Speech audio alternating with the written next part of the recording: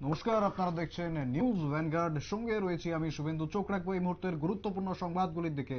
আমরা জানি বাংলাদেশের বর্তমান পরিস্থিতি, সেই পরিস্থিতিতে সংখ্যালঘুদের উপর যে নির্যাতন হচ্ছে, জনজাতিদের উপর নির্যাতন হচ্ছে, এবং এই নির্যাতন ও আক্রমণ অত্যাচারের বিরুদ্ধে এবার পদযাত্রা দেখা গেল উদয়পুরে। সেই ছবি আপনাদের সামনে তুলে ধরছি। সনাতনী ঐক্য মঞ্চের উদ্যোগে আজ একটি পদযাত্রা দেখা যায় উদয়পুরে।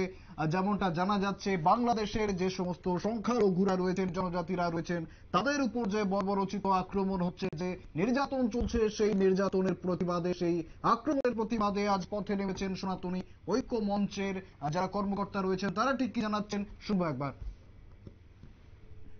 ঐতিহ্য আছে, সংস্কৃতি আছে, এবং এই দেশীয় সংস্কৃতি ভারতবর্ষের বাইরে খুব কম রাষ্ট্রে দেখা যায়। এত সুন্দরভাবে ঐক্যবদ্ধতার মধ্যে আমরা আছি, একে অপরের আমরা সম্মান করি। এটা আমাদের সনাতনী ধর্মের একদম পরম বাক্য, যে আমরা নিজের ধর্মকে যেরকমভাবে সম্মান করি, আমরা অপরকেও সেভাবে মর্যাদা দিয়ে থাকি।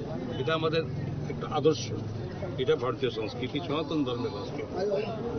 তো সবচেয়ে বেশি দুর্ভাগ্যের বিষয় হচ্ছে কি, আমরা যেভাবে আমরা চলার চেষ্টা করি, যেভাবে ভাবনা নিয়ে চলি, ঠিক সেই ভাবনাটা দেখা যাচ্ছে অনেক জায়গাতে সেটা ব্যাহত হচ্ছে।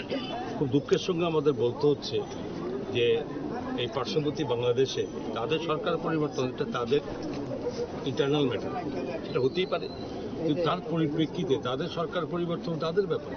কিন্তু সেখানে দেখা যাচ্ছে আমাদের সনাতন ধর্মের উপরে মানে সরাসরি বা আঘাত আনা হচ্ছে, আমাদের মন্দিরগুলো ভাঙা হচ্ছে, আমাদের বহু মানুষকে সেখানে ঘর ছাড়া বাড়িঘর জ্বালিয়ে দিচ্ছে।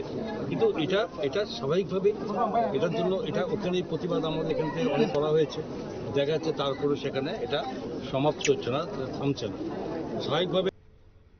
একেবারেই দেখলেন, শুনলেন ঠিক কি জানাচ্ছেন তারা।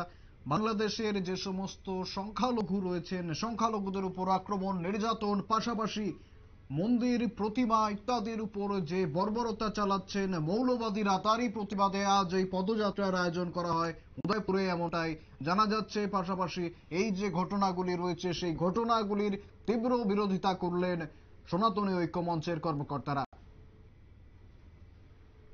ফিরে আসছে একটি বিরতির পর, সঙ্গে থাকুন।